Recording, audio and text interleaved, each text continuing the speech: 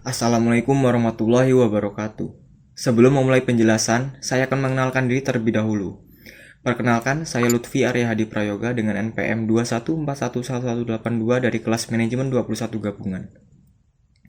Kali ini saya akan menjelaskan materi mengenai bagaimana kode etik pengguna informasi teknologi dapat memiliki dampak positif dalam penggunaan teknologi.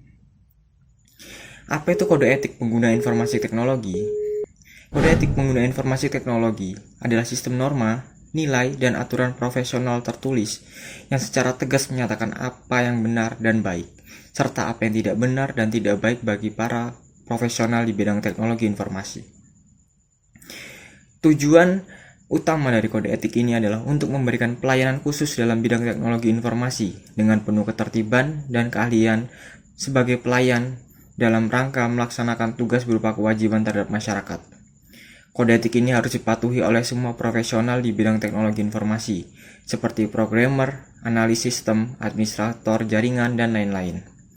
Kode etik ini penting dalam dunia teknologi informasi, karena dapat meminimalisir dampak negatif perkembangan teknologi informasi, seperti penyalahgunaan teknologi informasi dan komunikasi, kejahatan cyber, berita hoax, dan berbagai pembajakan.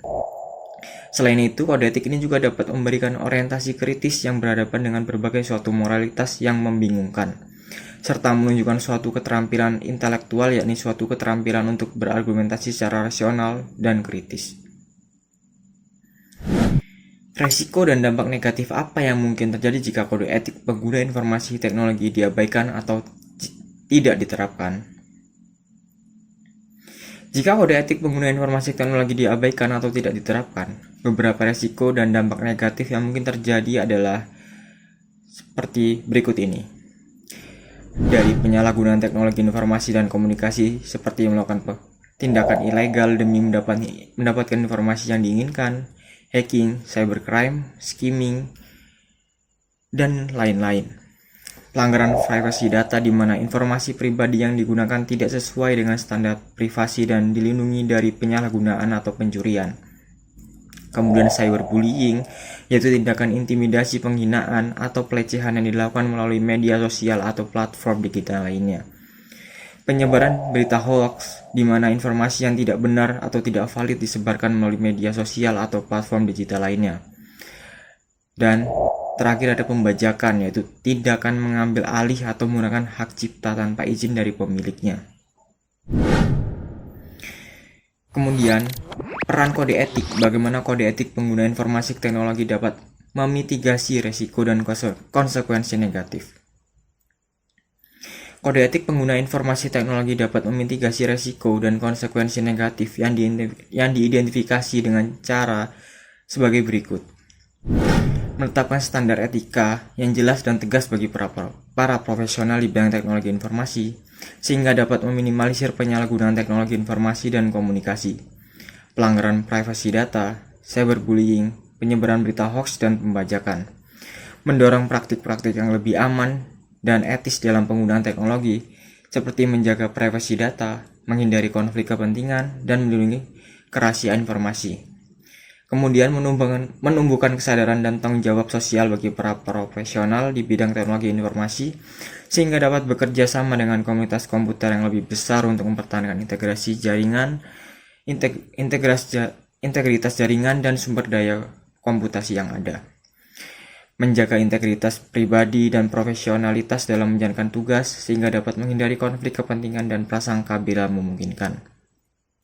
Meningkatkan kemampuan dalam menggunakan pengetahuan pada situasi hal baru, sehingga dapat mengidentifikasi masalah yang ada berdasarkan informasi yang diberikan oleh siapapun. Menyelesaikan masalah dengan komitmen, sehingga dapat menyelesaikan masalah dengan baik dan bertanggung jawab. Dan mendorong perguruan tinggi untuk menyiapkan pemahaman etika bisnis setiap mata kuliah, utamanya yang berkaitan dengan dunia usaha dan ekonomi. Contoh konkretnya bagaimana kode etik dapat mendorong praktik-praktik yang lebih aman dan etis dalam penggunaan teknologi adalah dengan menjaga privasi data. Para profesional di bidang teknologi informasi harus mematuhi standar privasi dan melindungi informasi pribadi dari penyalahgunaan atau pencurian. Sebagai contoh, sebuah perusahaan dapat menerapkan kebijakan privasi yang ketat dan memastikan bahwa data pelanggan tidak disalahgunakan atau diakses oleh pihak yang tidak berwenang. Hal ini dapat membantu meminimalisir resiko pelanggaran privasi data dan membangun kepercayaan pelanggan terhadap perusahaan tersebut. Contoh kasus. Contoh kasus nyata di mana kode etik pengguna informasi teknologi telah berperan penting dalam menghindari konsekuensi negatif adalah pada tahun 2013, seorang programmer bernama Edward Snowden membocorkan informasi rahasia tentang program pengawasan massal yang dilakukan oleh pemerintah Amerika Serikat. Snowden melanggar kode etik profesi sebagai seorang karyawan pemerintah dengan membocorkan informasi rahasia tersebut. Namun, tindakan Snowden juga memunculkan perdebatan tentang etika dan privasi dalam penggunaan teknologi informasi. Tindakan Snowden memicu perubahan dalam kebijakan privasi dan pengawasan di Amerika Serikat dan di seluruh dunia. Dan yang terakhir adalah apa manfaat kode etik pengguna informasi teknologi baik dari perspektif individu maupun organisasi dan masyarakat secara luas. Dalam keseluruhan, mematuhi kode etik pengguna informasi teknologi sangat penting untuk meminimalisir resiko dan konsekuensi negatif dalam penggunaan teknologi informasi. Kode etik ini dapat membantu individu dan organisasi untuk meningkatkan profesionalisme, kredibilitas, kesadaran sosial, kemampuan, dan moralitas dalam penggunaan teknologi informasi. Selain itu, kode etik ini juga dapat meningkatkan kepercayaan pelanggan dan masyarakat, efektivitas dan efisiensi dalam penggunaan teknologi informasi, serta kualitas hidup masyarakat secara keseluruhan. Sekian penjelasan dari saya mengenai materi yang dapat disampaikan. Kurang dan lebihnya saya mohon maaf. Terima kasih. Wassalamualaikum warahmatullahi wabarakatuh.